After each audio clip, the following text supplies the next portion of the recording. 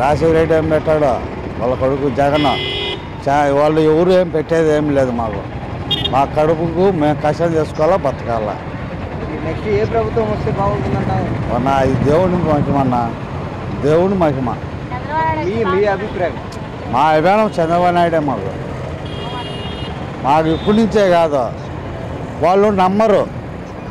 ఎవరు ఈ జగన్ వాళ్ళ పక్క తిరిగినా, వాళ్ళ పక్క ఫోటోలు వేసినా, బ్యానర్లు వేసినా, అన్నీ చేసినా కానీ నమ్మడంలే. వీడు పక్క తెలుగుదేశం అని ముద్ర వేసినారు. నేను దాంతోనే బతికిన 40 లక్షలు లెక్క సంపాదించుకున్నా వ్యాపారంలో, నా బండిలో. వాళ్ళదే ఆ బండి. కానీ చంద్రబాబు నాయుడు గెలిచినప్పుడు అడిగినా, 3వ రోజు గెలుచాని అడిగినా ఏమన్నారు, నాకు ఆటో కావాలన్నా. నాకు ఆటో తీసినారు. నా ఆటోతో నేను 40 లక్షలు లెక్క సంపాదించుకున్నా.